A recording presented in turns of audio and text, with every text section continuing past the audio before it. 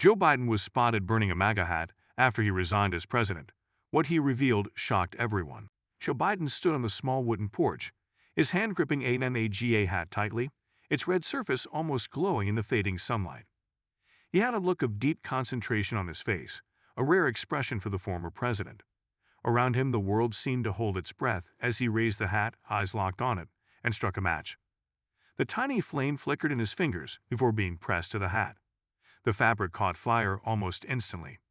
Biden held it there, staring at the flame, watching the hat burn slowly.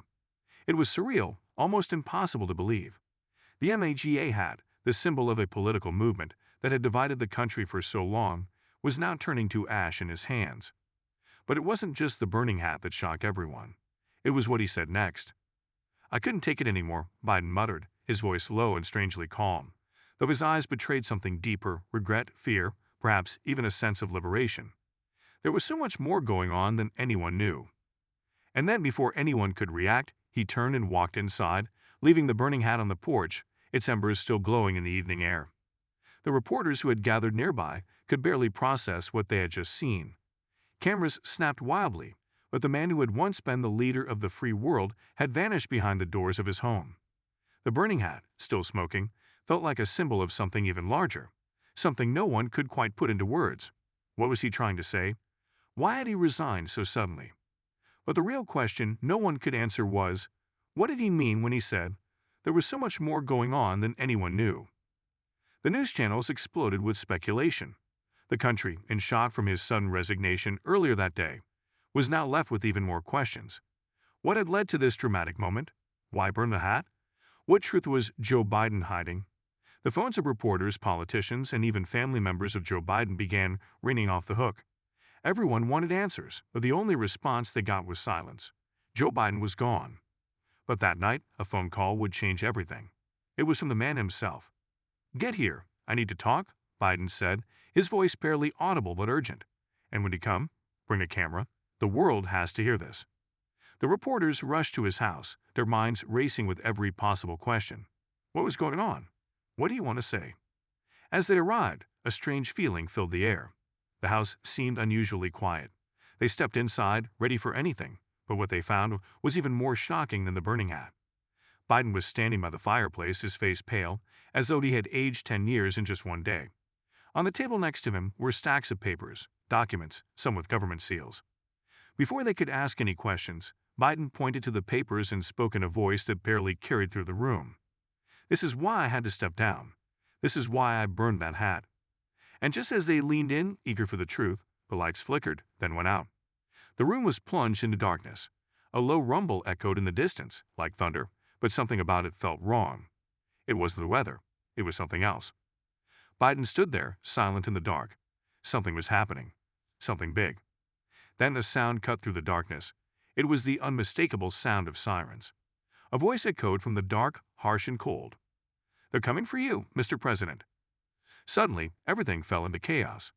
The reporters turned, their hearts racing. What did this mean? Why was the former president so scared, and who was coming for him? The sirens grew louder. Biden turned sharply toward the window, his face grim. "You don't understand," he said softly. "This goes deeper than you think." And just as quickly as it had begun, the sirens stopped. The silence that followed was deafening. Now the reporters were faced with an even more terrifying question. What was Biden mixed up in? And why had he resigned so suddenly, leaving everything behind? As they looked around, the house felt different, more like a trap than a sanctuary. Something was wrong, something none of them could yet understand. But they would soon find out. The air in the house was thick with tension. The reporters, who had come expecting to witness a dramatic confession, now found themselves caught in the middle of a mystery that was rapidly spiraling out of control. The lights flickered again, casting eerie shadows against the walls. The sound of sirens had faded, but the weight of the unknown still hung in the room like a heavy fog. Joe Biden remained standing by the window, his back to the group. His hands were clenched into fists at his sides. For a moment, no one moved. No one dared to speak. The air felt too fragile, too full of secrets. Finally, Biden turned around slowly, his face hardening. His eyes, which had once conveyed warmth and experience, now seemed distant, haunted. He glanced at the reporters, then at the papers on the table, and then back to the window, where he could still hear the distant echo of police sirens. "They're not just coming for me," Biden said, his voice barely above a whisper. "They're coming for everyone who knows the truth." A chill ran through the room. The reporters exchanged uncertain glances, unsure whether to push further or to leave the room and run for safety. But something in Biden's voice stopped them. It wasn't just fear they heard, it was desperation. "What truth, Mr. President?" one of the reporters asked, his voice shaking slightly. "What are you talking about? You can't just—" Biden cut him off, his eyes hardening. "You think I'm resigned because of some political scandal or because of some hat burning? No, it's much worse than that." The silence that followed was deafening. The weight of Biden's words stank in. The reporters had been expecting a political revelation, perhaps a moment of personal reflection. But this was something else entirely. Joe Biden took a deep breath and walked toward the table. He picked up a folder and opened it, revealing a series of classified documents. The top page had a government seal that the reporters recognized immediately, a seal that indicated the highest level of security clearance, the kind of documents that could topple governments and change history. "This is why I had to step down," Biden said, his voice now more firm. "Because they'll stop at nothing to keep it from getting out." The reporters gathered closer, their eyes wide with disbelief. One of them reached for the papers, but Biden pulled them back quickly, his expression turning cold. "You don't touch these," he warned. "These documents are a death sentence. You take them, and you'll never walk out of here alive." The room felt even colder now. The reporters took a step back, their instincts screaming at them to run, but curiosity held them in place. They needed answers. They had to know what was going on. "You've been told only half the story," Biden continued, his tone quieter now. "You know about the election, the divisions in the country, the chaos in the streets. But there's something far darker happening behind the scenes, something that goes back decades, and it's about to come crashing down." Biden's hands shook as he pushed the papers aside. He rubbed his face, clearly struggling with the weight of the knowledge he was carrying. The years of pressure, the constant scrutiny, the political games, it was all starting to break him down. "I didn't just burn that hat because of the people who wore it," he said, his eyes meeting theirs for the first time since he'd burned it on the porch. "I burned it because it represents something far worse. It represents a system that has been manipulating us all for years. A system that controls everything, the economy, the media, the government. You name it." The reporters were stunned. Was this some kind of elaborate confession? Or was Biden simply losing his mind? They had come here expecting a scoop, a breaking story. But this was something else entirely. "You're talking about a conspiracy," one of the reporters said cautiously. "A global conspiracy, if what you're saying is true. Are you saying the entire government is corrupt?" Biden didn't answer immediately. Instead, he looked out the window, as if expecting someone to appear on the other side. His face grew tense again, and his eyes darted around the room nervously. "I don't know how far it goes," he said finally, his voice breaking. "I know what I saw. I know what I was involved in. But the people who have the power, they'll stop at nothing. They'll kill to protect what they built." The reporters exchanged uneasy glances. Some were afraid to ask more questions, while others felt a deep urgency to push him further. "But why did you burn the hat, Mr. President?" one of them asked. "What does that have to do with all of this?" Biden paused for a long moment before answering. "It was a symbol of the lies, the manipulation. And once I stepped down, I knew the only way to make it clear to everyone was to destroy that symbol. To destroy the lie that everything was fine. It was all part of a bigger plan. A plan that involved the burning of a MAGA hat. It sounded insane, but there was something in Biden's eyes, something that made them wonder if it was all true. Could it be? And they really stumbled onto something this massive. Suddenly, the sound of a car screeching to a halt outside broke the silence. The reporters froze, their hearts racing. What now? Who was outside? Biden's eyes widened in fear. "They're here," he whispered. The front door slammed open with a loud bang, and in rushed two men dressed in black suits, their faces hidden behind dark sunglasses. The reporters jumped back in alarm. Who were they? Without saying a word, the men grabbed Biden by the arms and yanked him toward the door. "You're coming with us, Mr. President," one of them said coldly. "You know too much, and now you're a liability." The reporters were frozen, unsure what to do. Their cameras were still rolling, but it was clear that whatever was happening was bigger than any story they had covered before. The two men dragged Biden out the door, the reporters unable to get a single word in. As they disappeared into the night, the lights flickered one last time, leaving the house in total darkness. And then there was silence. The silence that followed the departure of Joe Biden and his mysterious captors felt suffocating. The reporters stood frozen in place, their cameras still rolling but capturing only the empty space where Biden had stood just moments ago. No one spoke, no one moved. The air felt thick with dread, and the weight of the unknown pressed down on them like a heavy stone. A few moments passed before one of the reporters, a young woman named Emily, finally broke the silence. "We need to get out of here. Now," she whispered urgently, her eyes darting to the window. The night outside had become unsettlingly quiet, almost too quiet. The streetlights flickered as though they were struggling to stay on, casting long shadows over the darkened street. But no one moved. They were too stunned by what had just happened. Joe Biden, the 46th President of the United States, had been dragged away by men in black suits, men who spoke as though they had authority over him, as if he were just another prisoner. And what was worse, they had come so quickly, so quietly, that no one had seen them approach. The reporters exchanged nervous glances. They were on the verge of something big, something that could shatter the country. But now, with Biden gone, they were left with more questions than answers. Who were those men? Why had they taken Biden? And most importantly, what did Biden mean when he said they were coming for everyone who knew the truth? "We need to follow them," Emily said, her voice steady but filled with urgency. "We can't just let this go." One of the other reporters, a seasoned journalist named Tom, shook his head. "Are you out of your mind? They just took the former president of the United States. Whoever those men are, they're dangerous. We have no idea what we're dealing with here." Emily didn't care. "We're not getting the truth if we stay here. We have to find out where they've taken him. It's the only way." Tom hesitated, his eyes scanning the room. Finally, he sighed and nodded. "All right, but we do this carefully. We don't know what we're up against." The reporters quickly grabbed their gear and rushed out of the house, staying low and moving as quietly as possible. They tried to stick to the shadows, making sure not to attract attention. The quietness of the night only heightened the sense of unease that hung over them. The streets were empty, and the only sound was the occasional rustle of leaves in the wind.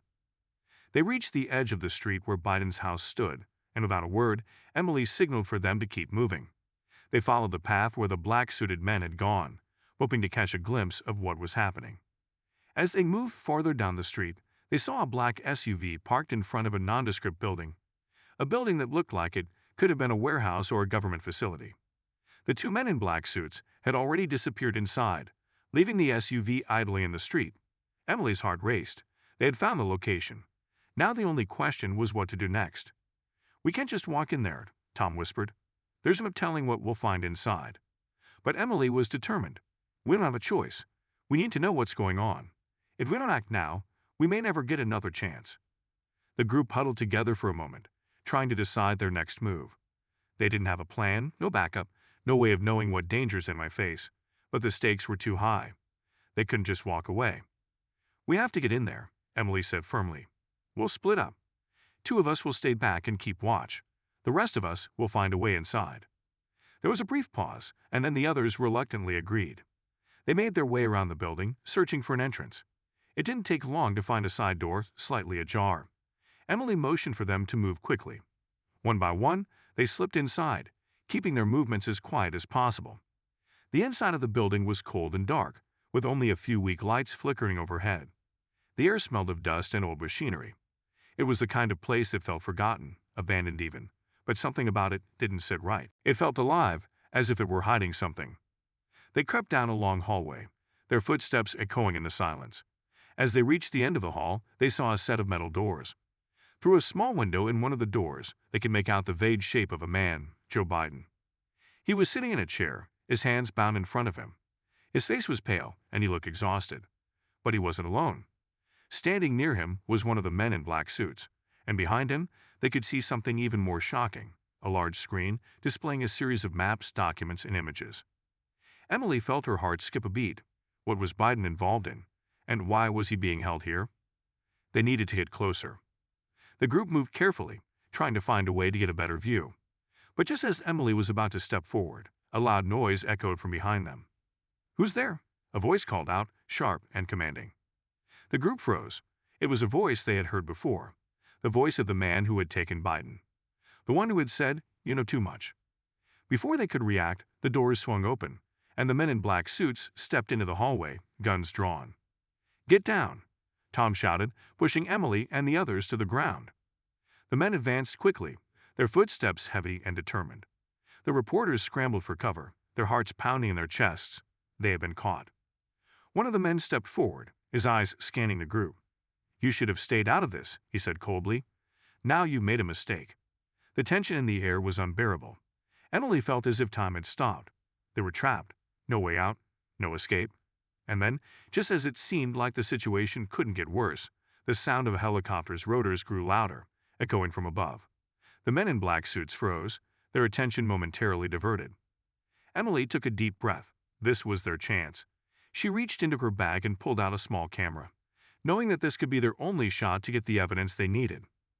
The helicopter's shadow swept across the building, and the men in black suits turned to face it. In that moment of distraction, Emily and the others bolted for the nearest exit. But would they make it out alive? And what would they uncover once they got out of there? The helicopter was getting closer.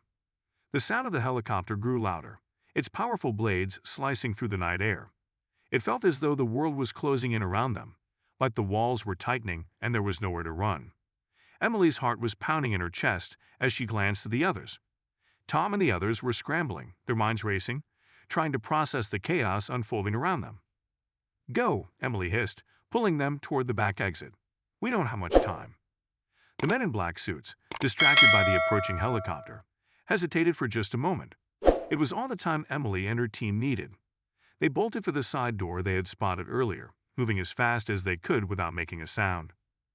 But just as they reached the door, a sharp voice echoed from behind them. "Stop right there." It was one of the men, his voice cold and threatening. Emily froze for an instant, her breath caught in her throat. The others stopped too, their eyes wide with panic. The helicopter was overhead now, its searchlights sweeping over the building. The men in black suits seemed to hesitate, unsure whether to chase them or focus on the helicopter. That uncertainty gave Emily and the others just enough time to break free. "Run!" Tom yelled. They bolted through the door and out into the night, their feet pounding on the pavement.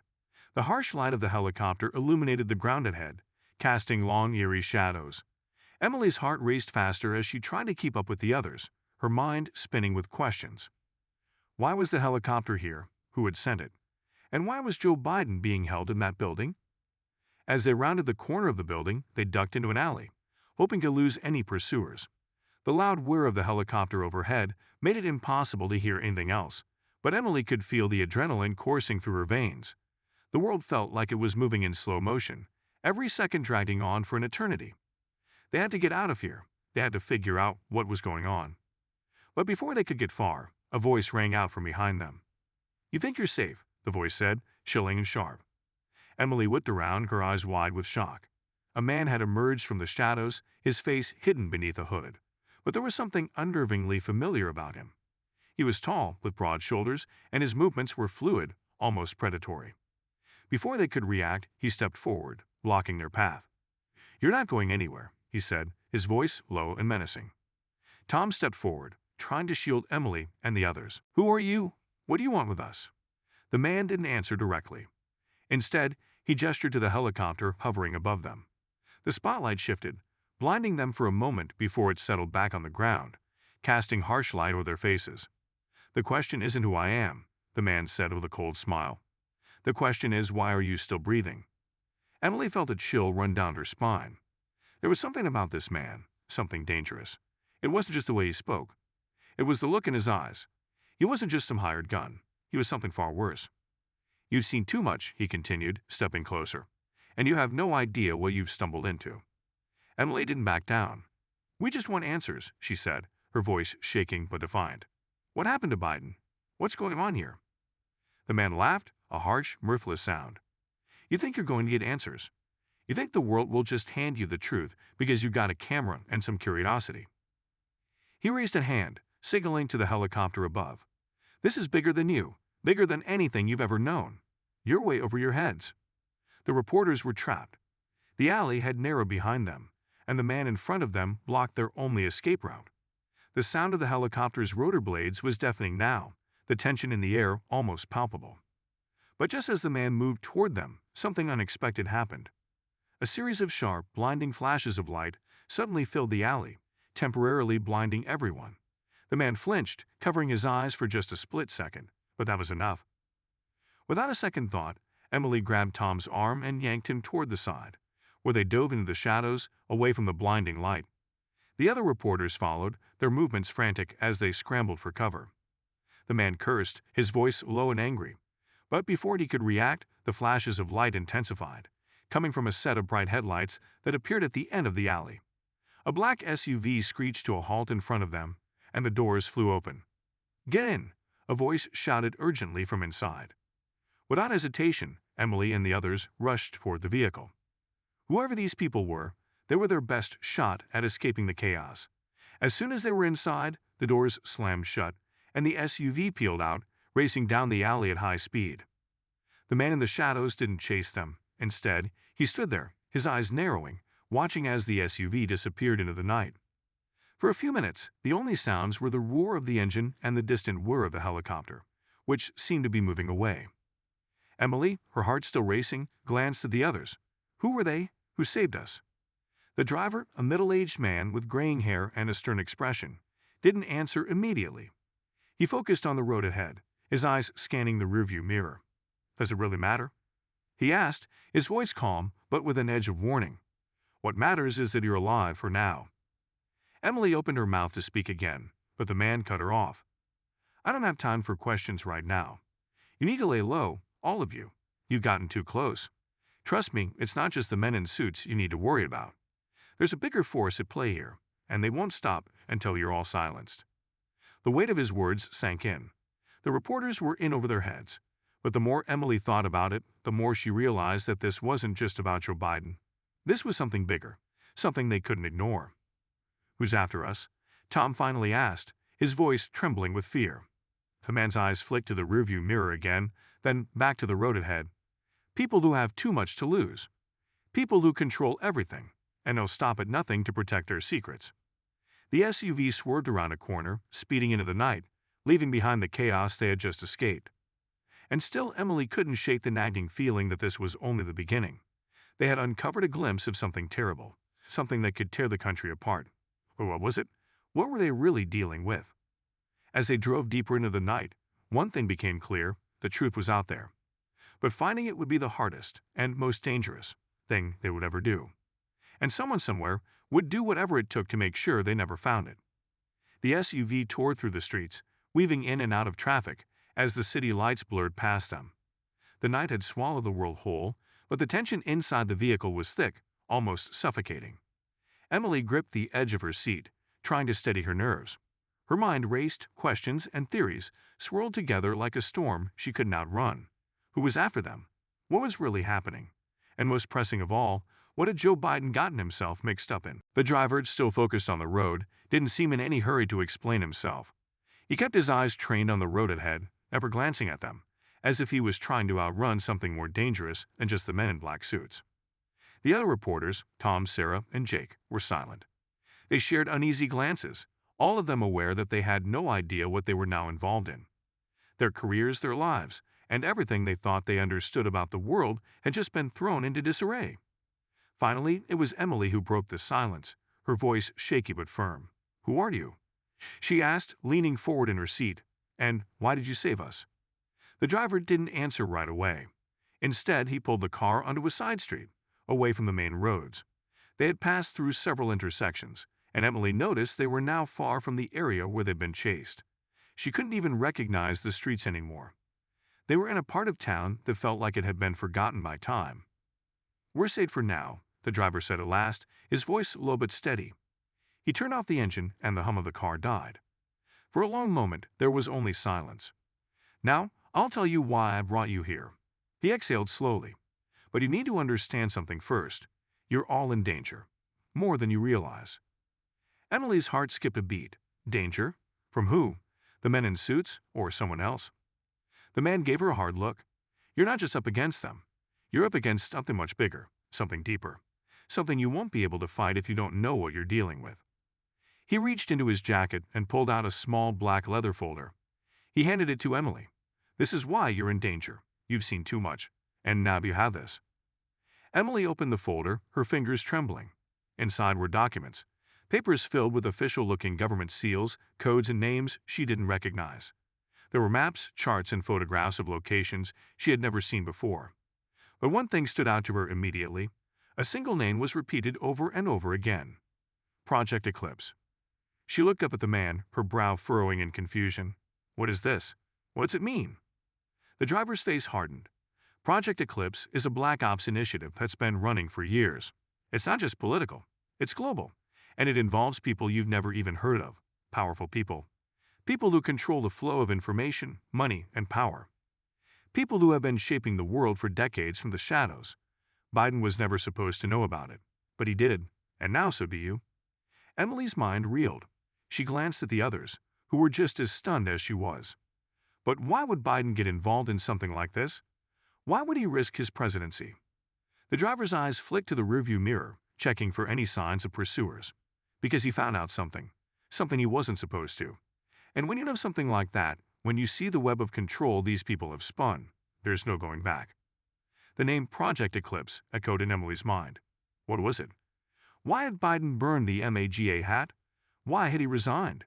She had a dozen questions, but before she could ask another, the man spoke again. You need to understand, he said, his voice grim. This is bigger than a scandal. This isn't about politics. It's about control, and right now, you're in the middle of it. Control of what?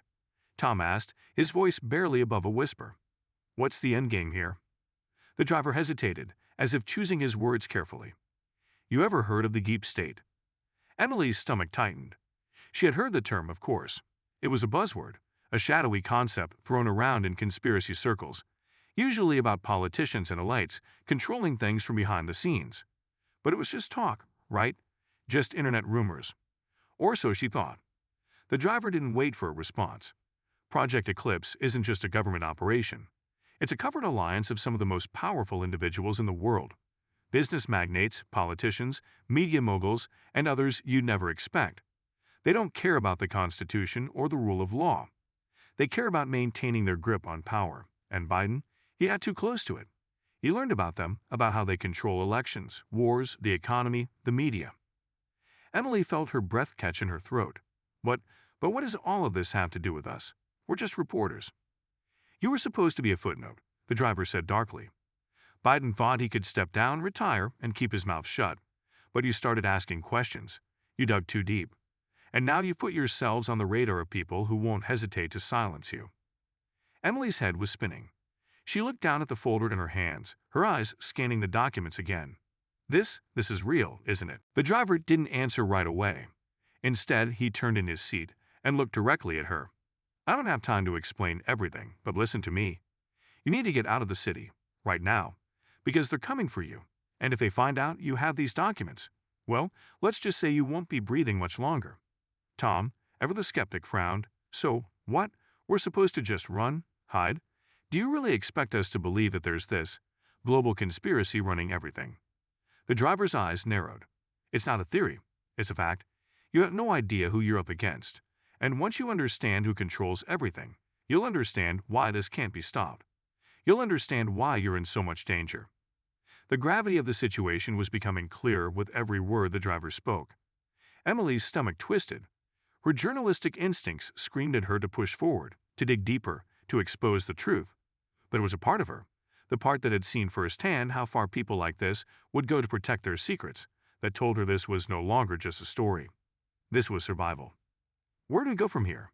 Sarah asked quietly, her voice tinged with fear. What do we do now? The driver didn't answer immediately.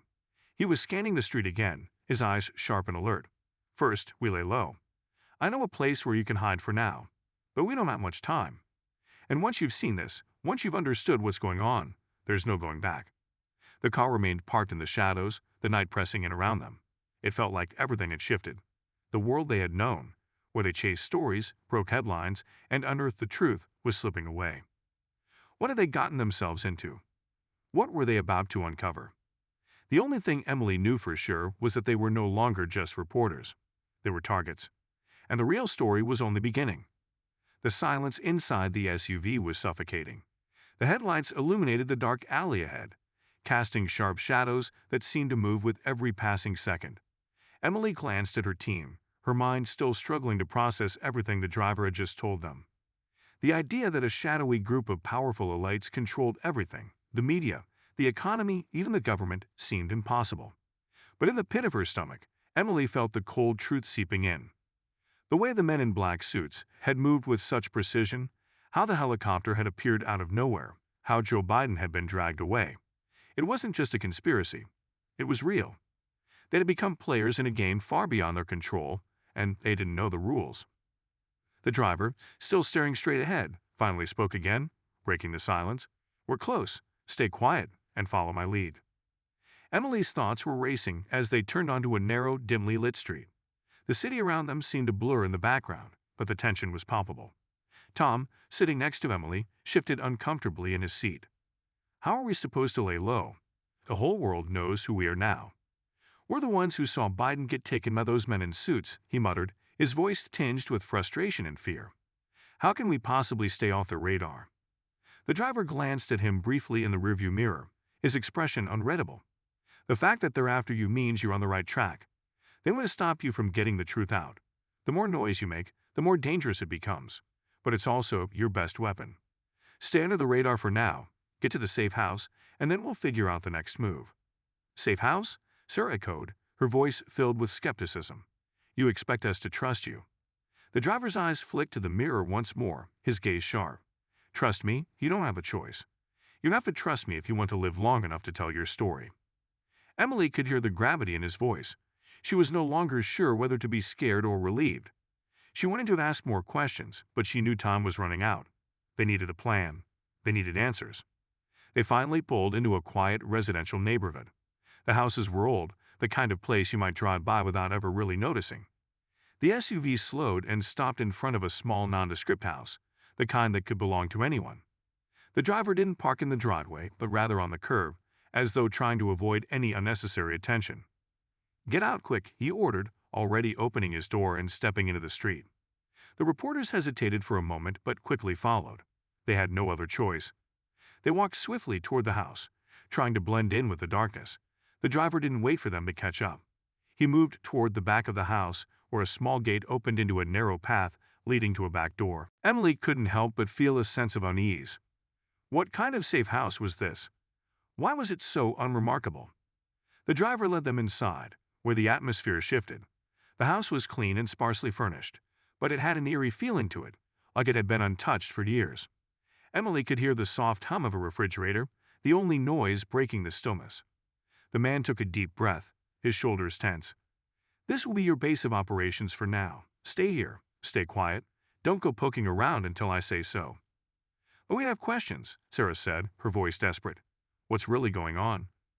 "What's this Project Eclipse you mentioned? Who's behind it?" The man turned to face her, his eyes narrowing. "I'm not going to sugarcoat it for you. I'm not going to be your guide through this mess. But I'll give you one piece of advice. Whatever you think you know about the world, whatever you've learned in school or what you've read in the papers, it's all a lie. You're about to discover things that will make your head spin, but you have to be ready for what comes next." Emily felt the weight of his words sink in. The world as she knew it, the one she had spent her life reporting on, was a facade. The truth was buried beneath layers of secrecy, and they had just scratched the surface. "How do we even begin to fight something like this?" Tom asked, his voice quiet with disbelief. The driver didn't answer right away. He simply gestured for them to sit down at the small table in the kitchen. "You don't fight it head-on. You gather information, you expose them slowly, and you get the hell out of their way when they come for you." That last part hit Emily like a punch to the gut. The idea of running, of hiding, felt like a betrayal of everything she stood for as a journalist. But deep down, she knew they didn't have the luxury of fighting back just yet. They needed to understand what they were up against. "Who's going to come for us?" Emily asked, her voice barely above a whisper. "Who are these people, really?" The man's eyes hardened. "You think you've seen power? The kind of power you can't even comprehend? That's who's coming for you. The people who control everything. They won't stop until you're silenced. You're not just up against the men in suits. You're up against a system that has been in place for decades, controlling everything: politics, economics, even information. These people have eyes everywhere." He paused, his gaze sharpening. "And if you think Joe Biden was just a pawn in this, think again. He knew too much. And the second he started to leak those secrets, they took him. And now you're in the crosshairs too. The room fell silent once again. The reporters exchanged glances, but no one spoke. It was all too much, too overwhelming. What now? Jake asked, breaking the silence. What do we do next? The driver looked over at him, his expression unreadable. You wait, gather your strength, and when the time comes, we'll move. But for now, you stay quiet and you keep your heads down. I made some calls, and I'll be in touch. Until then, you're on your own. With that, he turned and left the room, disappearing down a dark hallway that led further into the house. Emily and the others sat in stunned silence, their minds still racing with the weight of everything they had learned in the past few hours. They were sitting on the edge of something huge, something dangerous. But they didn't have the answers. They didn't know what to do next. And for the first time in their careers, they felt truly helpless. Suddenly, the sound of the front door creaking open made them all tense. A shadow passed by the window, and the silence in the house became even more suffocating. Had someone found them already? Was it too late? Emily's pulse quickened. It was as though the walls were closing in on them once again. The door to the kitchen opened, and the driver appeared in the doorway. His face was grim. They know you're here, he said, his voice low. We don't have much time. Get ready. Everything had just shifted again, and this time there was no turning back. Emily's heart skipped a beat. The words hung in the air like a warning, their meaning clear and terrifying. They knew they were here. The reporters all looked up, their eyes wide with panic. Tom shot a glance toward the back door, as if contemplating the possibility of running, but the driver didn't give them any time to react. Get your things, he said, his voice low and urgent. You need to leave. Now. For a moment, Emily couldn't process the sudden urgency. The safe house they had just arrived at, the place they were supposed to hide and regroup, was no longer safe. She could feel the sweat on the back of her neck. Everything they'd learned about Biden, about Project Eclipse, about the people who would do anything to keep the truth hidden, was spiraling out of control. What do you mean they know we're here? Sarah asked, her voice shaky but sharp. Who knows? Who's after us? The driver's face tightened. He glanced toward the windows, then back to them, as if making sure they weren't being watched. It's the people who are behind all of this, the ones who can pull strings without anyone noticing. They have eyes everywhere. Through their network, they know exactly where you are, who you talk to, and what you see. How is that even possible? Jake asked, disbelief clouding his voice. You're saying they've been tracking us this whole time. The driver nodded grimly. You don't realize how deep this goes. Project Eclipse isn't just some covered operation. It's the backbone of the system. Every major news outlet, every politician, every corporation, they're all tied into it. They have technology that tracks movements, communications, and more. You may think you're being careful, but they're always watching. Emily felt the blood drain from her face. The reality of the situation was sinking in, and it was worse than she had imagined. They weren't just fighting a conspiracy. They were up against a network that was always one step ahead. We don't have much time, the driver said, stepping in the kitchen. Get your gear and follow me. We're moving out immediately. Without waiting for another response, he turned and started heading toward the back door again. Emily, Tom, Sarah, and Jake exchanged a look. None of them wanted to admit it, but they all knew there was no choice. They had to keep moving. Where are we going? Emily asked, her voice tight with the tension of the moment. What's the plan? The driver didn't turn around as he answered. We'll keep moving until we can lose them. The longer we stay in one place, the easier it is for them to find us. But don't worry. I know a few places they won't be able to track us. Can you explain what's going on? Just a little bit, Tom asked. Why is Biden involved in all this? Why would he risk everything? The driver paused at the door, his hand on the knob. His eyes met Emily's. I told you earlier that you wouldn't understand everything right away, and that's true. But know this, Joe Biden wasn't just a politician. He was a threat to them. He didn't play by their rules. When he found out the truth, when he realized how much control they had, he tried to fight back. They can't afford that. No one can be allowed to disrupt the system, not even him. The finality in the driver's voice hit Emily like a punch. There it was, the truth behind Biden's resignation. It wasn't just a scandal. It wasn't just politics. Biden had been forced out because he knew too much. We're running from something that's bigger than any of us, the driver continued. And unless you're ready to face that, I suggest you leave now while you still can. The words hum in the air. Emily swallowed hard. There was no turning back now. They were already in too deep. Let's go, she said, her voice firm. The four reporters followed the driver out of the back door and into the alley. The night was still dark and cold, and the world around them seemed eerily quiet. They walked quickly, trying to stay close to the shadows, but the tension in the air was thick, like something was about to break. They reached a side street where a car was waiting for them. It was a black sedan, its windows tinted and its engine running. The driver opened the door for them, and they climbed inside, one by one, trying to stay as low as possible. The moment the doors closed, the driver started the car and pulled away, taking a sharp turn down the street. Emily glanced at the rearview mirror, half expecting to see someone trailing them, but the street was empty. For now, at least, they were safe. "Where are we going?" Jake asked, breaking the silence.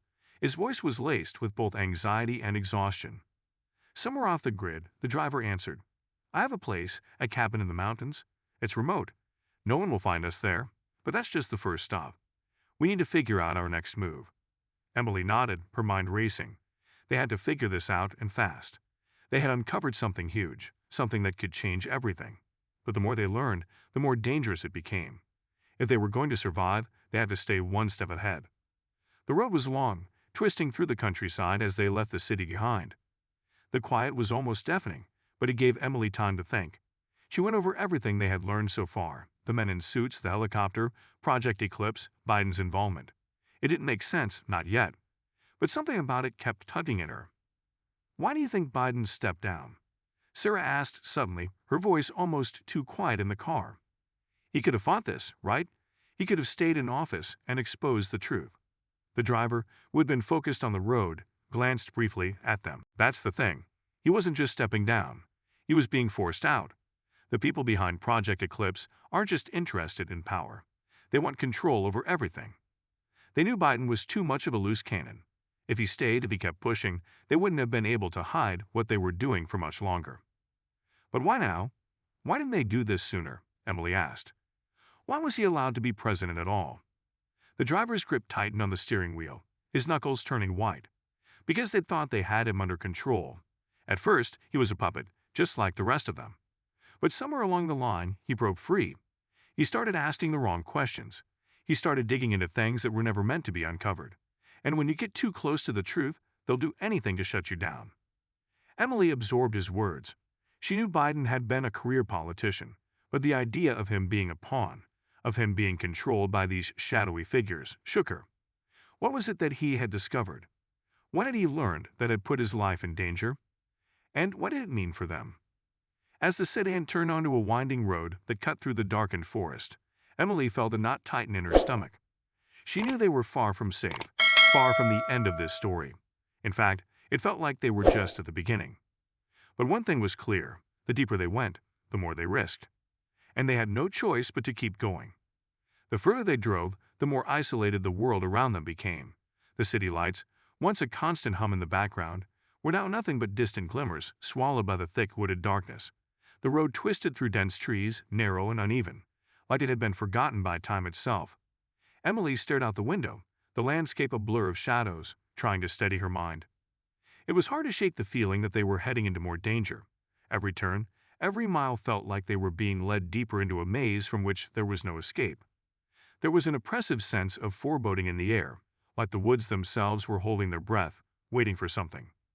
The driver had been silent since their last conversation. He kept his eyes firmly on the road, his face an unreadable mask. Emily wanted to ask him more questions, but she knew now wasn't the time. She needed answers, but so much of what was going on felt out of their control. For the moment, survival was the priority. "How much further?" Tom finally asked, breaking the silence that had hung heavy in the car. The driver didn't answer immediately. He seemed to hesitate for a moment, and then spoke, his voice low and tense. "Not far. Just a few more miles. But when we get there, we'll have to stay on high alert. There's no telling if they've already found the cabin." Emily felt a cold shiver run down her spine. "Found the cabin? Who's they? Are you saying someone's already tracking us here?" The driver nodded grimly. "I'm not the only one who knows this place. There's a network of safe houses, and some are more secure than others. This one's been safe for years, but after what happened tonight, I'm not so sure. They have their ways of tracking people, and they'll stop at nothing to find you." The words hung heavy in the air. The idea of being tracked, being hunted by an invisible enemy, was something Emily couldn't shake. The more they learned, the more dangerous it became. No matter where they ran, the people behind this would always find them. How do we stop them? Sarah asked quietly from the back seat. How do we fight back against a network this big? The driver's eyes flicked to the rearview mirror. You don't fight it directly. Not yet. Right now, your job is to survive long enough to gather the right information. Once you understand how they're connected, you can start making a real move. Emily's heart pounded in her chest. She wasn't sure she could wait that long. They needed to do something, anything to stop this. But the more she thought about it, the clearer it became. This wasn't something they could fix with a headline or a viral story. It was bigger than that. Much bigger. They had a bump in the road, and the car jolted, causing them all to grip their seats instinctively. The driver cursed under his breath, his hands tightening on the wheel as he navigated around the sharp curves. Emily glanced at him, noticing the flicker of tension in his jaw. He was holding something back, something important. You've been part of this for a while, haven't you? Emily asked, her voice steady but pointed. You know more than you're telling us. About Project Eclipse, about Biden, about everything. The driver's grip on the steering wheel tightened even further, but he didn't answer. It was as if Emily had struck a nerve. The tension in the car increased, the weight of his silence pressing down on them like heavy fog. Finally, after what felt like an eternity, the driver spoke again, his voice quieter than before. I've been involved in this longer than you think, but there's more to it than you know. I didn't choose to get involved. I didn't have a choice. None of us had a choice, Emily muttered, half to herself. Her mind was reeling from everything they had learned. She couldn't shake the feeling that the truth was just out of reach, and every step they took only led to more questions. She had to know more. Why did Biden resign? Emily pressed again. What did he discover? What did he know? The driver's eyes darted briefly to the side, and for a split second, Emily thought she saw something, an emotion, flash across his face. Regret, guilt, fear. It was gone before she could be sure. You don't understand, the driver said, his voice dropping to almost a whisper. Biden wasn't just a politician. He was a key part of something much bigger. And when he found out what was really going on, what they were really doing, it wasn't just about resigning. It was about disappearing. Emily's breath caught in her throat. Disappearing, you mean? They forced him out? Not exactly. The driver's voice grew even lower, as if sharing a secret. Biden didn't just resign. He was put in a position where the only way out was to disappear. He knew too much, and when you know too much, they have ways of making you vanish. The words hit like a blow. Emily couldn't process them fully. Are you saying they killed him, or? No, the driver cut her off sharply. They're not going to kill him. Not yet. They'll keep him alive, at least for a while. They want him broken. Biden was their puppet, and when he stopped dancing to their tune, they made sure he couldn't do anything to expose them. But it's not just Biden. They've done this before, with other people. People who learn too much. People who ask the wrong questions. The weight of the driver's words settled in like a stone in Emily's stomach. She felt the cold grip of fear tighten around her chest. What if they were already too deep into this? What if they had seen too much? What if there was no way out for them either? She turned to Tom, who was sitting in the front seat, his face pale in the dim light of the dashboard. Is it really that bad? Can we really fight something like this? Tom didn't answer right away. He stared ahead, his mind clearly racing, processing the information. Finally, he turned to her, his eyes wide with a mixture of disbelief and resolve. We don't have a choice, he said, his voice steady but heavy with the weight of their new reality. We have to fight back. We can't let them get away with this. Emily met his gaze, her heart pounding. He was right, of course. They couldn't just run forever. They couldn't keep hiding. The story was too big. And now they were part of it, whether they liked it or not. Let's just get to the cabin, Emily said, her voice firm. Then we'll figure out what to do next. The driver nodded, his eyes focused on the dark road ahead. We're almost there. Stay alert. They drove on, the car cutting through the night like a shadow on wheels. The trees closed in around them, and the deeper they went, the more isolated they became. It felt as though the world outside was slipping away, leaving only the unknown ahead. The truth was still out there, somewhere, but they had to survive long enough to uncover it. When they finally reached the cabin, the tension in the air was nearly unbearable. The driver stopped the car a short distance from the front porch and killed the engine. The headlights cut out, leaving them in complete darkness. Stay here, he ordered, his voice low and urgent. I'm going to check things out first. If anything seems off, we'll leave immediately. The reporters nodded, but no one spoke. The car doors opened one by one, and they all stepped out, standing in the darkness, waiting for the driver to return. And as the seconds ticked by, the silence stretched on, thick with unease. Then, just as Emily was about to speak, a distant sound pierced the stillness of the night. Footsteps. But they weren't just any footsteps. They were the kind of footsteps that made your blood run cold. The kind of footsteps that only came when something was coming for you. And they were getting closer. Get back in the car, the driver's voice cut through the tension like a knife. Now, move. Emily's heart leaped into her throat as she spun around, realizing the danger they were in. The footsteps weren't just coming from the woods, they were coming from every direction. And they weren't alone anymore. The hunt was about to begin. The urgency in the driver's voice snapped them all into motion. Emily's heart was pounding as she turned toward the car. Her body moving before her mind could fully register the danger. The sound of footsteps, slow, deliberate, and coming from every direction, made her blood run cold. She had no idea who was out there, but the sense of being hunted was overwhelming. Go, go, go, the driver shouted, pushing them all toward the car. Emily barely had time to process the fear in her gut before she was climbing back into the sedan. The others followed quickly, their faces taut with panic. The moment everyone was inside, the driver slammed the door and twisted the key in the ignition. The engine roared to life, but as the car moved forward, Emily could feel something in the air shift, a pressure, like the weight of being trapped in a cage. She turned around and saw that the headlights illuminated nothing but shadows in the trees, but those footsteps, they weren't stopping. It was as if someone, or something, was following them. No, not just following, closing in. Drive faster, Sarah cried, her voice tight with fear. The driver didn't need telling twice. He floored the gas pedal, the tires screeching as the car shot forward down the narrow, winding road. But even as they sped through the night, the sense of being followed didn't fade. The footsteps were still there, echoing in the trees, keeping pace with them, never too far behind. Who are they? Emily asked, trying to keep her voice steady. Who's following us? The driver's hands gripped the wheel so tightly that his knuckles turned white. I don't know yet, but it doesn't matter. We need to lose them, and fast. But no matter how fast the driver drove, the footsteps seemed to be getting closer. Emily couldn't shake the feeling that they weren't just being chased, they were being cornered. The road ahead narrowed, and the trees grew denser. The only sound was the rush of the wind and the tires screaming against the gravel. But even that didn't drown out the sound of those footsteps. They weren't just moving in the woods, they were closing in from all sides. Suddenly, the driver slammed on the brakes, and the car skidded to a halt, throwing Emily forward into the seat in front of her. She barely caught herself on the seatbelt. Stop, the driver hissed. Do you hear that? Emily froze. The footsteps had stopped. But now, another sound filled the air. A soft rustling, faint at first, then louder. It was coming from the trees.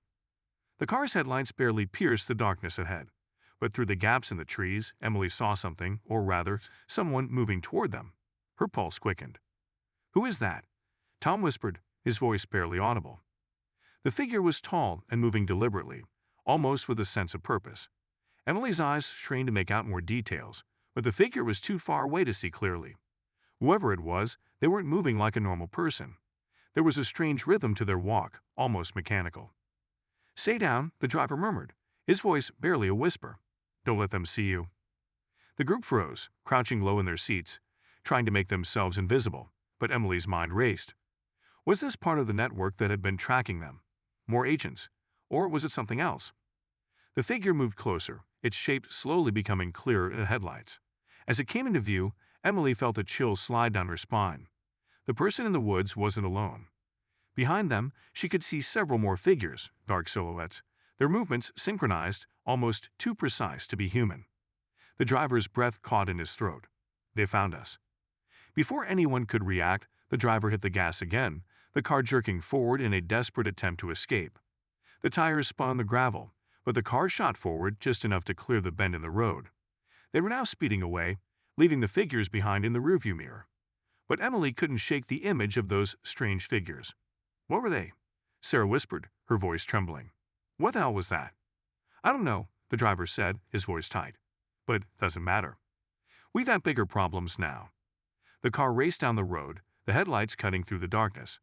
Emily couldn't stop herself from looking back at the rearview mirror, half expecting to see those figures following them again.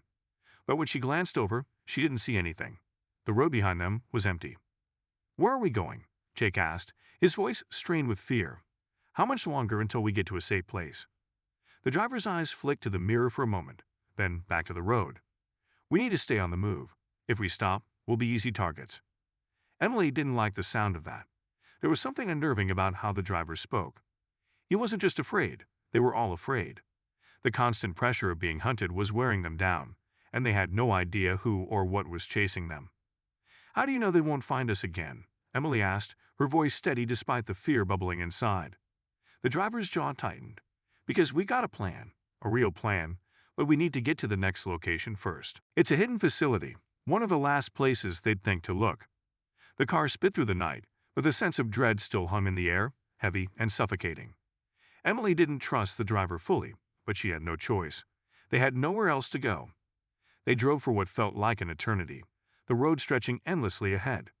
As the minutes ticked by, Emily's thoughts spiraled. The strange figures in the woods, the footsteps, the feeling of being cornered, everything pointed to something bigger, something darker.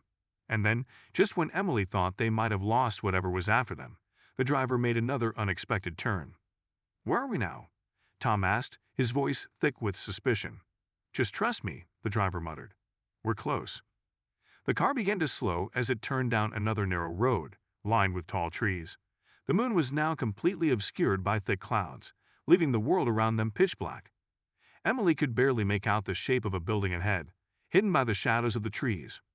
"We're here," the driver said, his voice heavy. "Get ready." Emily felt a strange unease in the pit of her stomach. The place didn't feel like a safe house. It felt like a trap. The driver brought the car to a halt in front of the building, which appeared to be an old, abandoned barn. There were no signs, no lights, just a dark, looming structure in the middle of nowhere. "Get out," the driver said, his tone sharp. Emily hesitated, looking at the barn and then at the driver. "What's this place?" "It's the last stop," the driver answered cryptically. "Stay close, and stay quiet. Trust no one." The words sent a chill through her. Something wasn't right, but they had no other choice. The hunt was still on, and they had no way of knowing who, or what, was really after them. As they stepped out of the car, the sound of branches snapping in the distance caught Emily's attention. She turned quickly, her breath catching in her throat. They weren't alone. Something, or someone, was watching them. And it wasn't human. The chill in the air deepened as Emily's heart hammered in her chest. The shadows in the trees seemed to stretch farther, and the faint rustling noises grew louder, closer. She turned quickly, trying to make out what was moving beyond the barn, but it was too dark to see clearly. "Stay close," the driver said, his voice urgent but calm. He was already leading the group toward the barn, his movements swift and precise. "We don't have much time." Emily felt a lump rise in her throat. The weight of the situation pressed down on her, and for the first time, doubt began to creep in. She didn't trust the driver fully, but there was no time to question him now. They needed shelter, and this barn was the only option in sight. The door creaked as the driver pushed it open, revealing a dimly lit interior. The barn smelled of old hay and dust, the air thick with the scent of rot. The floorboards groaned underfoot as they stepped inside, but at least it was a place to hide, a place to regroup. "Stay in the shadows," the driver instructed, his voice now lower, more cautious. "We can't afford to be seen." The reporters huddled together in the far corner, the dim light casting long, eerie shadows on the walls. Emily's mind raced. What had they just stumbled into? The figures in the woods, the strange mechanical footsteps, they were still fresh in her mind. Whoever, or whatever, was after them had to be more than just people with guns. It felt like they were up against something more sinister. A cold draft swept through the barn, making Emily shiver. She glanced around the room, her eyes scanning every corner, but the barn was empty, too empty. It felt abandoned, yet the sense of danger was suffocating. "How long do we stay here?" Tom whispered, his voice low, almost like he feared speaking too loudly would alert whoever was out there. "Just until it's safe," the driver said, his eyes darting nervously. "We'll make our move once the coast is clear." Emily didn't feel safe. Every creak of the wood, every whisper of the wind outside made her feel like someone was watching them. Her eyes kept returning to the door, half expecting someone, or something, to appear at any moment. "Do you really think they'll give up?" Sarah asked quietly, her voice edged with anxiety. "These people, whoever they are, they've been chasing us for days now. Why would they stop?" The driver didn't immediately answer. He stepped further into the barn, his figure merging with the shadows. "I'm not sure they'll stop," he said finally. "But if we stay here too long, they'll track us." We need to move again soon. Find a new place, keep them guessing. Emily nodded, though she felt a growing sense of dread in the pit of her stomach. There was something in the driver's tone that made her uneasy.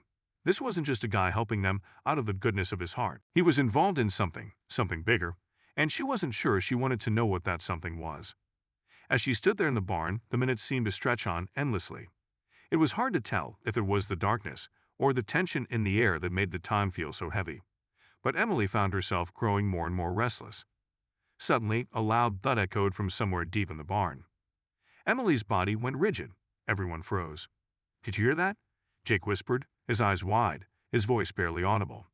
The sound came again, a heavy thud, followed by a series of scratching noises, like something was dragging itself across the floor.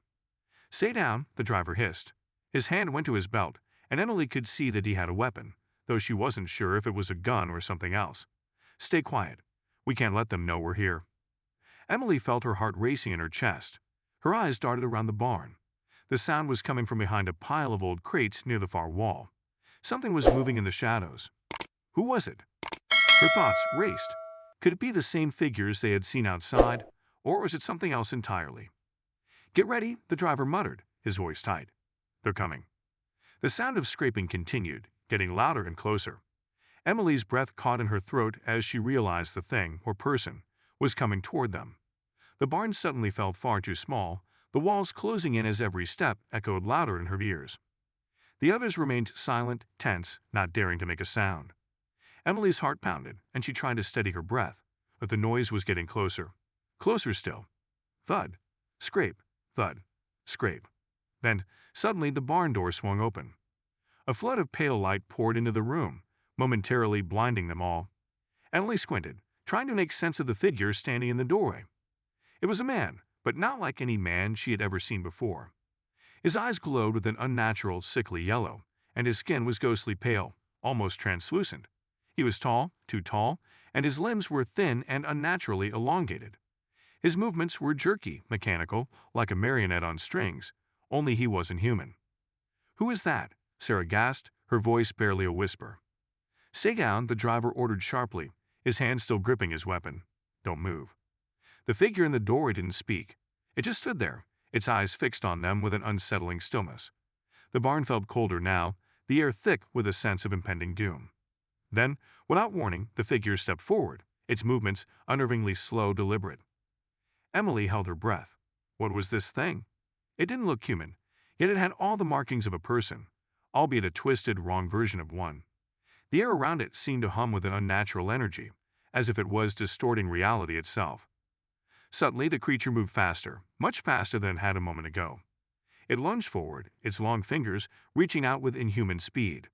Before anyone could react, the driver pulled his weapon from his belt and aimed it directly at the figure.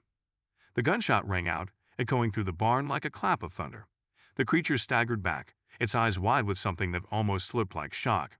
But it didn't fall. Instead, it snarled, a low guttural sound that didn't belong to anything human, and lunged again. This time, the driver didn't hesitate. He fired again. But this time, it wasn't enough. The creature barely flinched.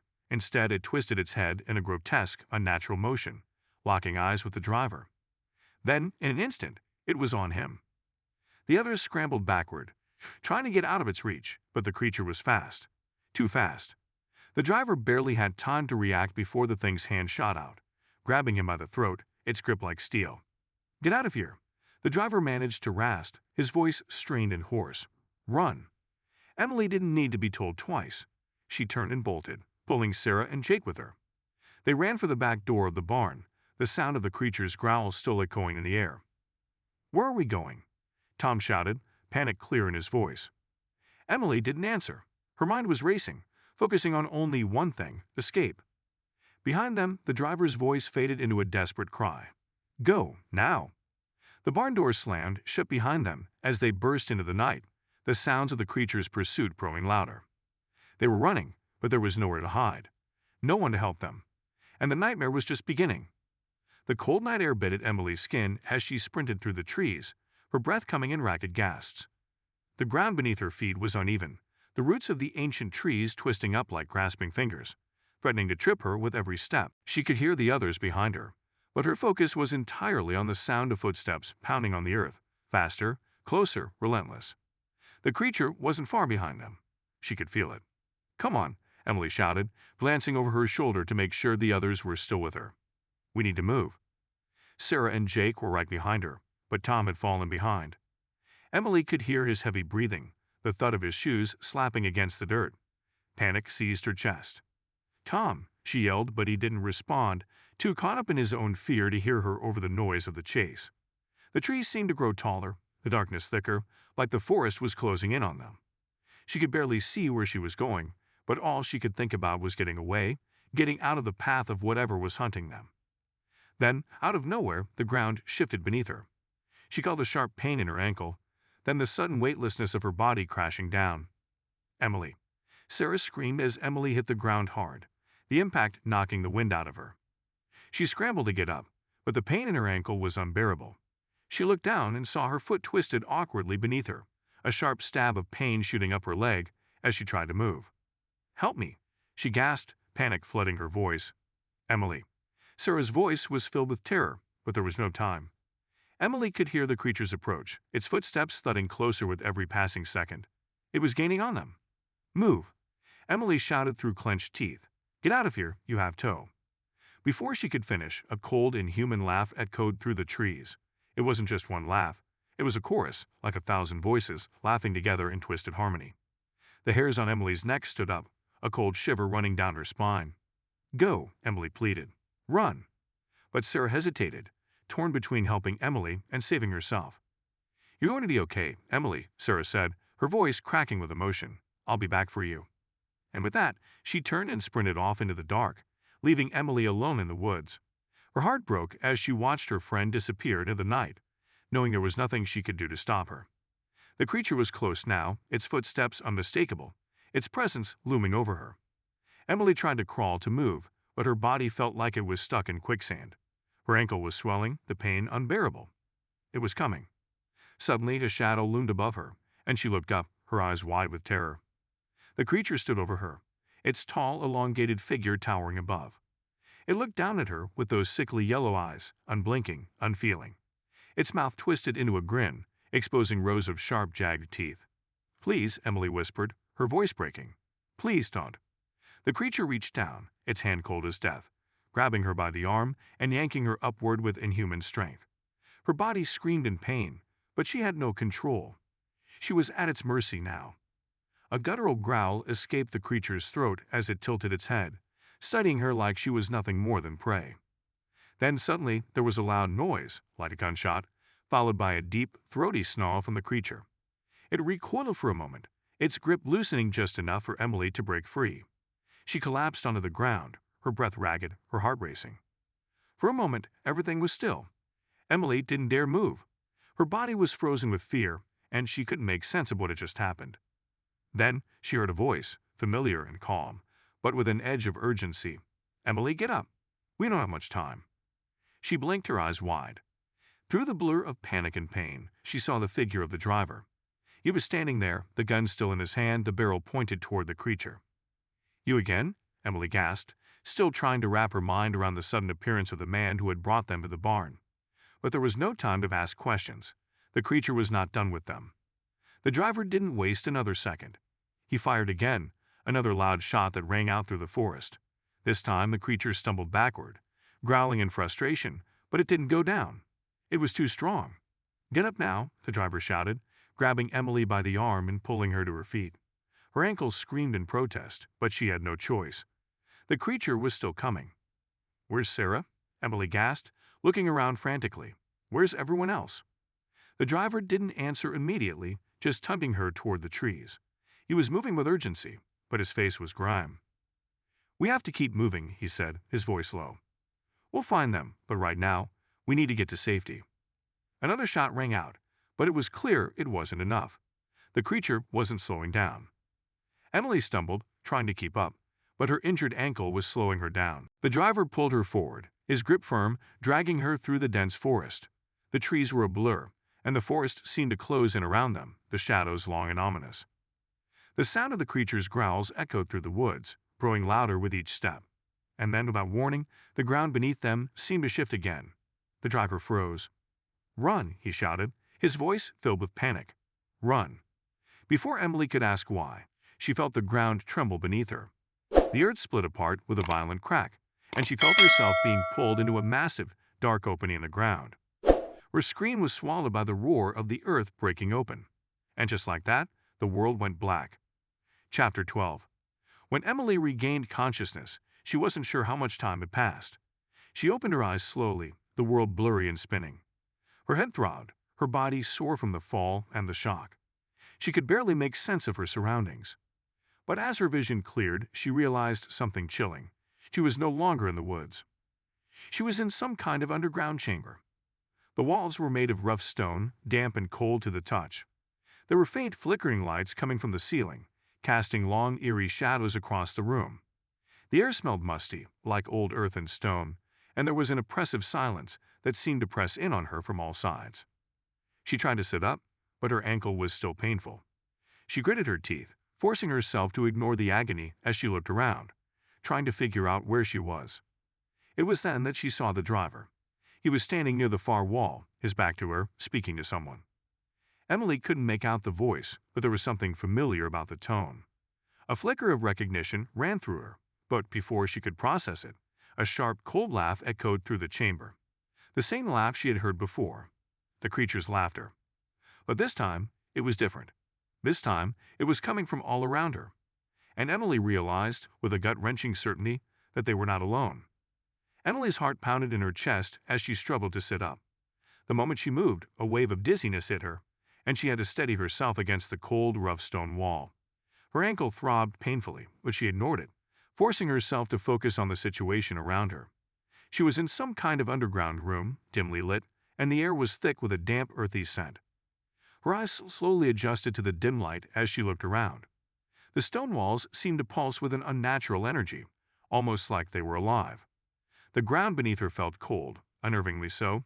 The silence was suffocating, broken only by the distant sound of dripping water and an eerie, low hum that seemed to come from deep within the earth itself. Where am I?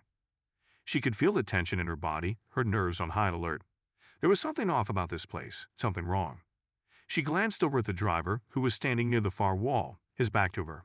His shoulders were stiff, his posture tense. It was clear he was having a conversation with someone, but she couldn't make out the words. The voice was muffled, like it was coming from behind a thick door or wall. Emily tried to stand, but the pain in her ankle shot up her leg like fire, and she hissed, falling back down to the cold ground. She grimaced but refused to give in to the pain. She had to move. But it wasn't just the pain keeping her on the ground, it was the sound. That laugh, the familiar, unnerving laugh, it echoed through the chamber, chilling her to the bone. It wasn't just a sound. It was as if it was alive, surrounding her, filling the room with an overwhelming sense of dread. It was close. Too close. The driver turned around, his expression grim as he saw her struggling to rise. "Stay down," he ordered sharply, his eyes darting around nervously. "You're not ready yet. It's not safe." His words only heightened Emily's sense of unease. Something was happening, something dangerous, and she had no idea what it was. Before she could respond, the laughter came again. This time, it was followed by a low growl, deep and guttural, reverberating through the stone walls. The sound was terrifying. It seemed to be coming from all directions. "Who's there?" Emily whispered, her voice trembling. The driver didn't answer right away. Instead, he looked at her with wide, haunted eyes. "They're here. It's starting." A cold, sharp breeze swept through the chamber, carrying with it the faintest whisper of voices. Voices that Emily couldn't understand, but their tone was unmistakable. They were angry, malicious.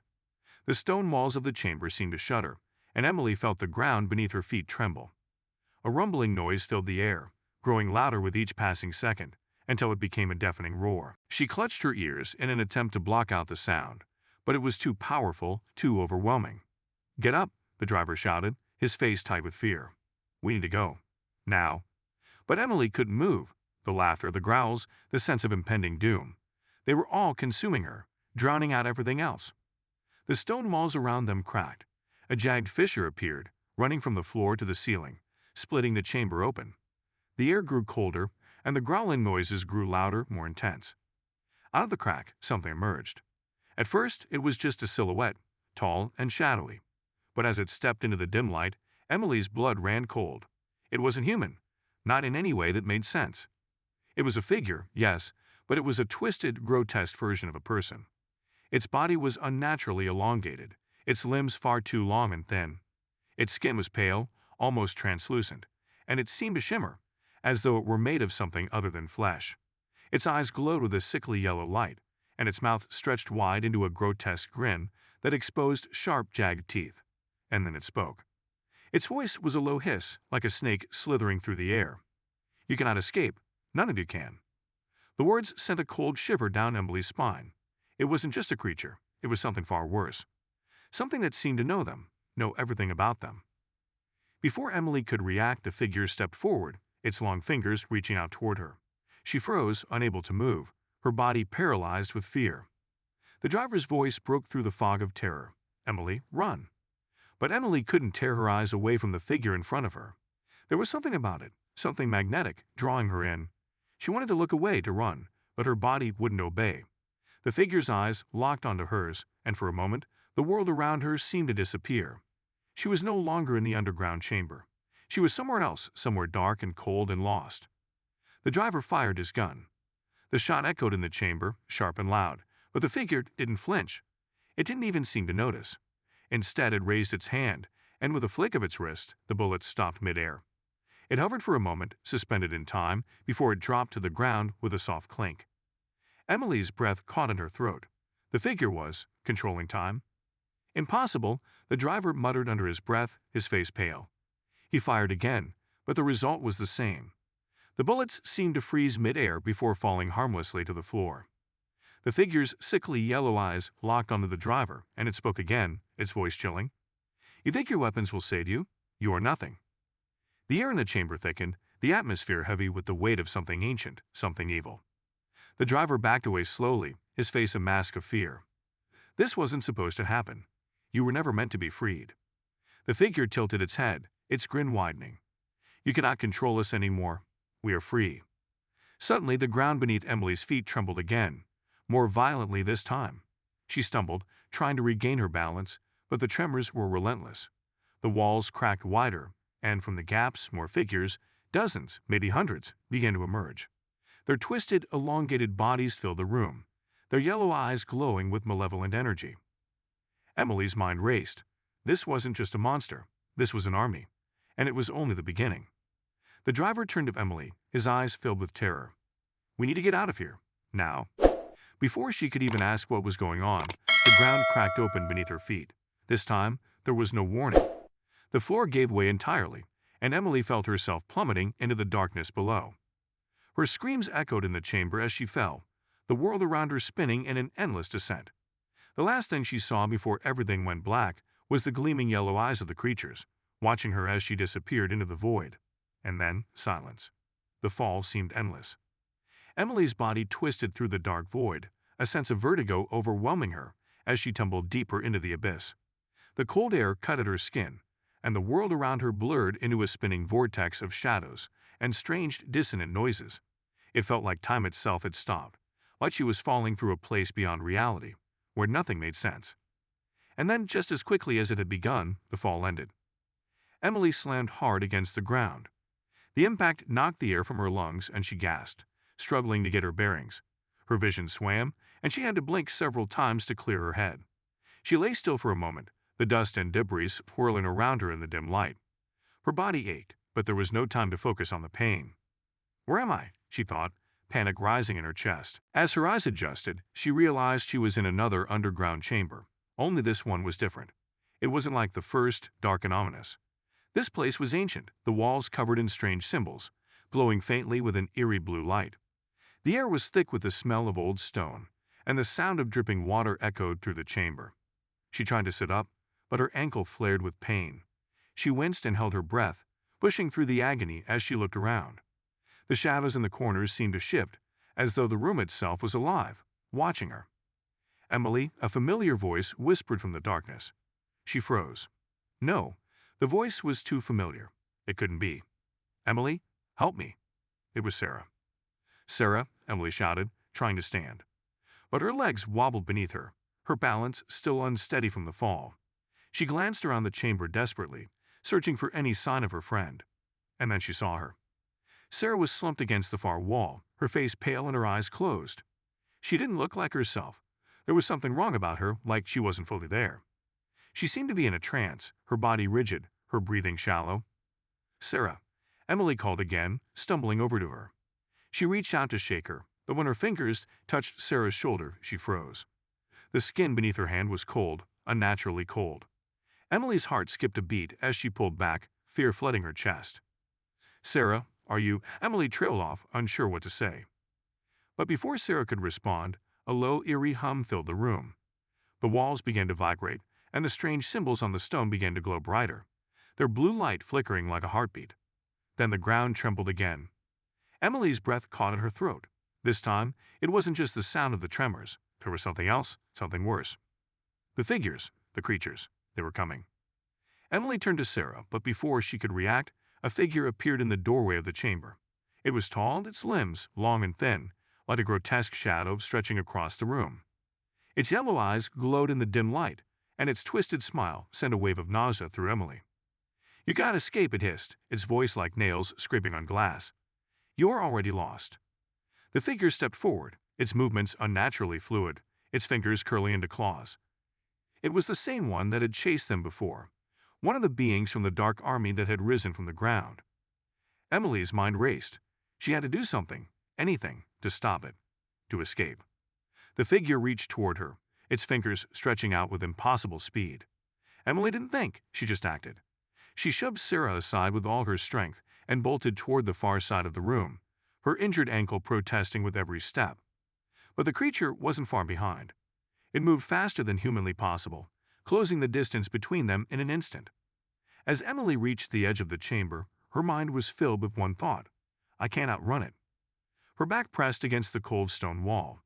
She felt the weight of the creature's presence closing in on her, its sickly yellow eyes locked onto hers. There was nowhere left to run. Then a burst of light pierced the darkness.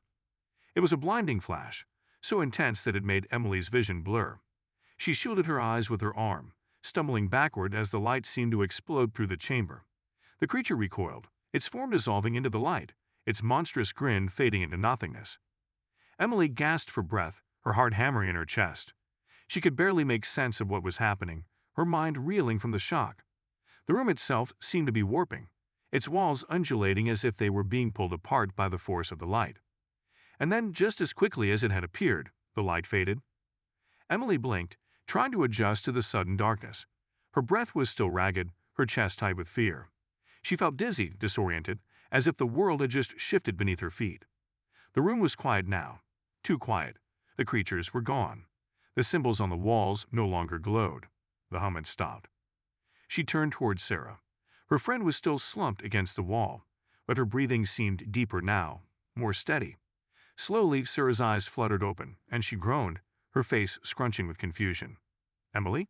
Sarah whispered, her voice weak but clear. "What happened?" Emily didn't know how to answer. She didn't have the words to explain everything they had been through, the creatures, the fall, the strange army. She didn't know how to explain why they were in this underground chamber, or why the world felt like it had just shifted around them. But one thing was certain. They had survived. For now. "We need to get out of here," Emily said, her voice shaking with the adrenaline that still coursed through her veins. She helped Sarah to her feet, supporting her as they made their way to the far end of the chamber. The door, the only way out, was still open, though Emily couldn't remember it being opened. Her pulse raced as she led Sarah toward it, unsure of what lay beyond. But she didn't have time to question it. She had to get out. They stepped through the doorway, emerging into a long, narrow corridor, the walls covered in the same strange symbols. It was as if they had entered another world, a place beyond time and space. But as they walked, the feeling of being watched never left. As they made their way down the corridor, Emily felt a shift in the air. Something was wrong. Something was still out there, watching them. The hum that had filled the room earlier now vibrated in the walls, and Emily could feel it in her bones. They couldn't stop. Not yet. And then, at the end of the corridor, they saw it, a doorway, a way out. But as they neared it, something stopped them. A voice, low and sinister, echoed from behind them. "You can escape." Emily turned to see the figures again, their yellow eyes glowing from the darkness. They had found them. Again. But this time, Emily didn't hesitate. She grabbed Sarah's hand, pulling her toward the door. They had no choice. They had to escape, or they would never make it out alive. And as they pushed through the door and into the unknown, the last thing Emily heard was the terrible laughter of the creatures, the laughter that would haunt her for the rest of her life.